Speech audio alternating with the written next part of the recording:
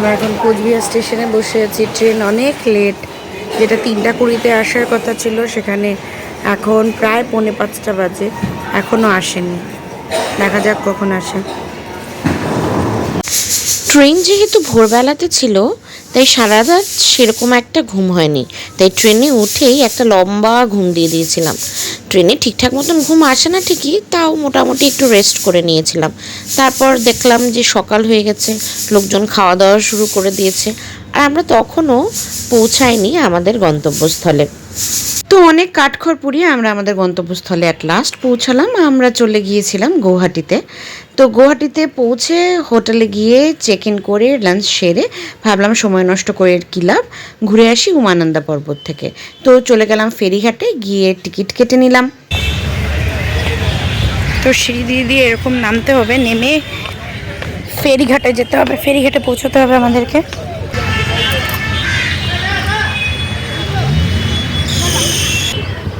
আমাদের ট্রেনটা লেট হয়ে ঝামেলা হয়ে গেল, আমরা অনেক লেট হয়ে গেলাম।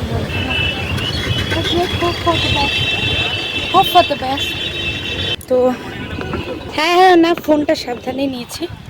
এই যে এরকম সাঁকো বানানো, সাঁকোর উপর দিয়ে যেতে হচ্ছে। অ্যামেজিং। ও মাই গড। ও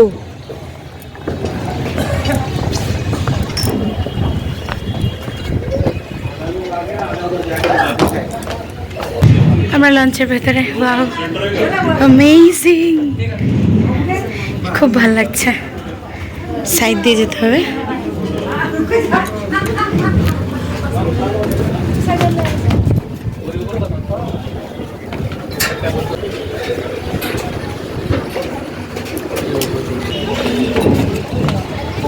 অ্যামেজিং। বসেছি আমরা স্টিমারে, লঞ্চে বসেছি।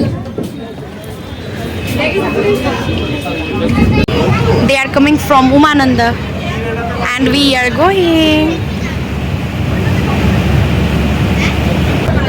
হাওয়াটা দারুণ সুন্দর, খুব ভালো লাগছে, হাওয়াটা ভীষণ ভালো লাগছে। ছোট ছোট অনেক আইল্যান্ড আছে এখানে,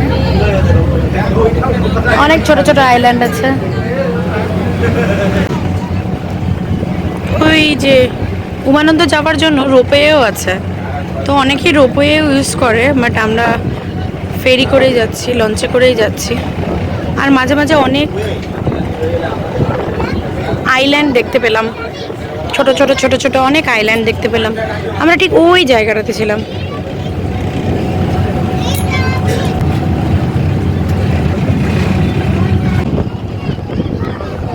এই সামনের এটা একটা আইল্যান্ড, এখানেও অনেক লোক দেখতে পাচ্ছি। মনে হচ্ছে এখানেই উমানন্দ পর্বত, এখানেই আমরা যাব। হ্যাঁ, কারণ ওখানে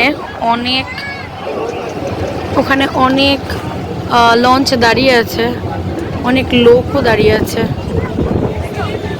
ওখানটাতেই আমরা যাব। ওই যে সিঁড়ি চড়ে চড়ে আমাদের যেতে হবে ওই উপরে।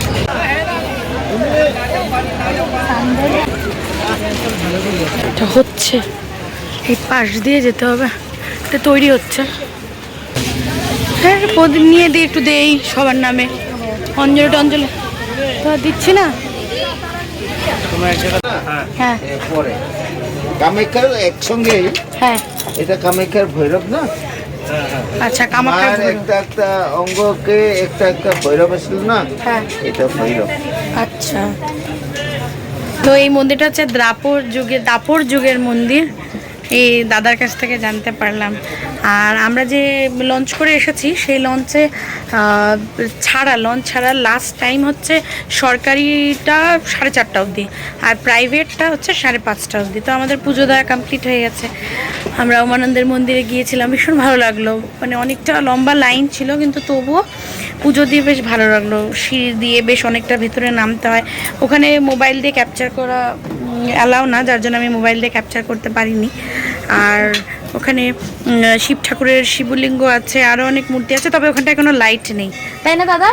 উমানন্দের মন্দিরে কোনো লাইট নেই ওখানে। ওখানে ওই প্রদীপ জ্বালানো আছে 4-5টা, ওই প্রদীপের আলোতে 2জন পুরোহিত মশাই বসে ওখানে পুজো দিচ্ছে। তো আরও ওর সাইডে আরও অন্যান্য মন্দির আছে, যেমন গণেশজির মন্দির আছে, তারপরে আছে হনুমানজির মন্দির, চারপাশ দিয়ে বৈদ্যনাথ একটা দেখলাম, ধামের এক মন্দির আছে একটা, শিবলিঙ্গ ওখানেও, ওই শিবলিঙ্গ। তো আমরা এখন সিঁড়ি দিয়ে নামছি, নেমে আমরা যাব লঞ্চে করে ওই পারে পল্টন বাজারে।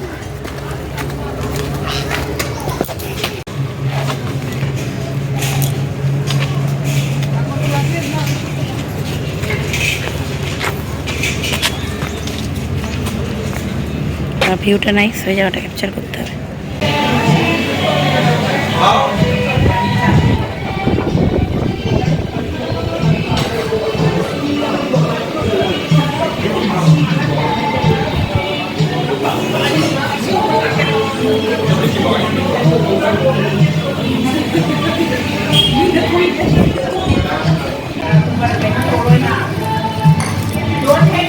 আমি একটা মেখলা কিনলাম এখান থেকে,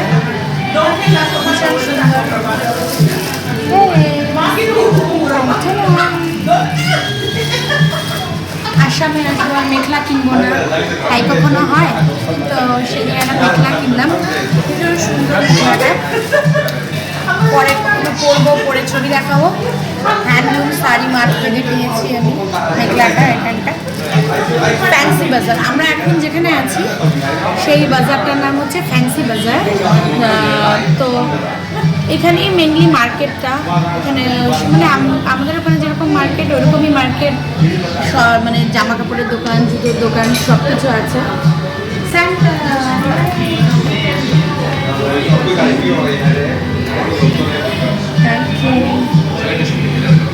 কালকে 25শে ডিসেম্বর, সবাই অনেক অনেক অনেক মজা করবে। রবিবারে বন্ধ থাকে ফ্যান্সি বাজার, কিন্তু আজকে কালকে যেহেতু 25, ওই জন্য আজকে খোলা আছে। আমরা কফি খেলাম, খেয়ে বেরোলাম। তো এবারে চতুর্দিক ঘুরে টুরে আমরা এসেছি ডিনার করতে গুয়াহাটিরই একটা হোটেলে। ওখানে না আমি ডিনার করতে গিয়ে দেখলাম যে চালটা একটু অন্যরকম, বাসমতি চাল নয়, কি নাম ঠিক আমি জানি না। খেয়ে দিয়ে আমরা চলে যাব এবার হোটেলে, কারণ নেক্সট ডে আমরা যাব কামাখ্যা মন্দির পুজো দিতে।